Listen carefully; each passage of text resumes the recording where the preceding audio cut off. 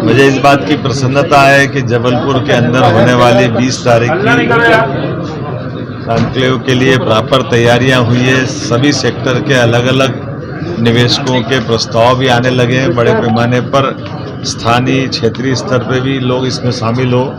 हमने भी प्रयास किए हैं। इसी कारण से स्थानीय जनप्रतिनिधियों के साथ बैठकर भी यहाँ लगातार इस पूरे माहौल का लाभ जबलपुर के विकास के लिए कैसे उठाया जाए, इसके ऊपर बात हुई है। आज छिंदवाड़ा से हमने जबलपुर संभाग के 4 जिलों के लिए भी संभावना टटोलते हुए विस्तार से वहाँ के निवेशकों के साथ बातचीत की है।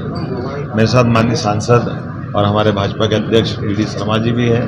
हमने सिवनी, बालाघाट, पांडुरना और छिंदवाड़ा, ये इस पूरे बेल्ट में भी निवेश के लिए बात की और अब बचे हुए आज अधिकारियों के साथ यहाँ जबलपुर में भी चर्चा की। और अभी 2-3 दिन बीच में है। मैं जब बॉम्बे से लौटा था तो बॉम्बे में भी जो बाहर के निवेशक हैं उनको भी ऑफर दिया और वो भी बड़ी संख्या में आ रहे हैं। और हम सब आनंद के साथ न केवल ये उस दिन का पूरा कार्यक्रम करेंगे बल्कि इससे ठोस निर्णय और ज़मीनी स्तर के प्रस्ताव आएंगे।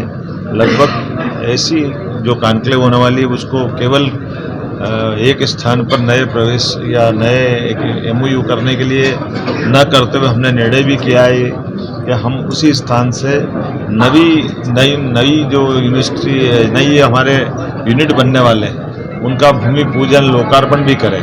मुझे खुशी इस बात की कि 100 से ज़्यादा प्रस्ताव, जो जैसे 26 से ज़्यादा तो बनी बनाई फैक्ट्रियाँ हैं जिसका लोकार्पण हम यहीं से करके दिखाएंगे। और वो अपने अपने स्थान पर अपने जनप्रतिनिधियों के साथ वहाँ भी रहेंगे जहाँ वो है। उसी प्रकार से 50 से ज़्यादा इंडस्ट्रियों का भूमि पूजन होगा। अर्थात जो हम कह रहे हैं वो मैदान में अमली जामा उतार करके भी सामने दिखाने की ज़रूरत है। और ये सिलसिला लगातार चलेगा। जबलपुर के तुरंत बाद सागर के बाद ग्वालियर के बाद रीवा और इसके बाद भोपाल में इंटरनेशनल लेवल की एक समिट करने वाले जिसकी फरवरी की मोटे तौर पर तारीख ली है। अर्थात निवेश के मामले में सभी सेक्टर में समान रूप से शिक्षा, चिकित्सा, इंडस्ट्री के तीनों प्रकार, हेवी इंडस्ट्री, मीडियम साइज या मध्यम लघु इंडस्ट्री और कुटीर उद्योग, साथ ही साथ इंडस्ट्री का भी प्रकार जैसे एजुकेशन में भी हमने अपना निवेशकों की समान सुविधा देने का निर्णय किया। हेल्थ टूरिज्म को भी बढ़ाने का प्रयास किया है कि बड़े पैमाने पर विदेश के लोग भी अब हेल्थ से जुड़ी सेवाओं का लाभ लेना शुरू कर चुके हैं। इंदौर सहित ऐसे कई स्थान हैं जहां पर विदेश के लोग आकर भी हमारे साथ इस सेक्टर में काम करने को तैयार हैं और उसका लाभ उठा रहे हैं। मैं उम्मीद कर रहा हूं आपके माध्यम से मध्य प्रदेश चूँकि एग्रीकल्चर ग्रोथ रेट में 25% से ऊपर गया है, जिस प्रकार से हमने निर्णय किया है आने वाले समय में इकोनॉमी की दृष्टि से हम अपने 5 साल के अंदर रोडमैप पे काम कर रहे हैं कि अभी की क्षमता की तुलना में डबल गति से मध्य प्रदेश आगे बढ़े। यशस्वी प्रधानमंत्री के नेतृत्व में सभी सेक्टर में समान रूप से काम कर रहे हैं। यही कारण है कि माइनिंग सेक्टर में भी हमने प्रदेश को नंबर 1 की स्थिति में पूरे देश के अंदर हमने पहला पुरस्कार पाया है। और उम्मीद करते हैं ऐसे सब सेक्टर में काम करेंगे तो न केवल पर व्यक्ति आय भी बढ़ेगी बल्कि देश समृद्धशाली प्रदेश में नंबर 1 होगा।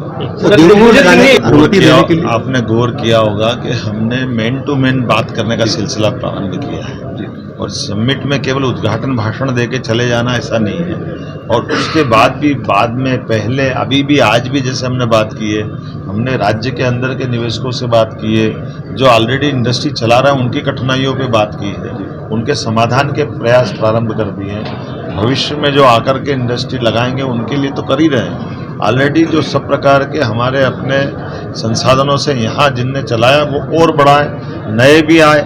इसे हर स्थिति में हर व्यक्ति की समाधान करने का प्रयास करें। ये उम्मीद कर रहे हैं कि हमारे अभी तक के रिकॉर्ड टूटे। अब ये तो 20 तारीख के दिन ध्यान में आएगा, लेकिन मूल बात फिर मैं दोहराना चाहूँगा, हमारा प्रयास रहेगा जो निवेशक अपनी ऑलरेडी इंडस्ट्री चला रहे हैं वो और विस्तारीकरण की तरफ आगे जाए। मध्य प्रदेश के भी नए उद्योगपति खड़े हो जिनको अपने व्यवसाय को बढ़ाना है। तीसरा, सभी सेक्टर के समान रूप से अलग अलग निवेशक आए।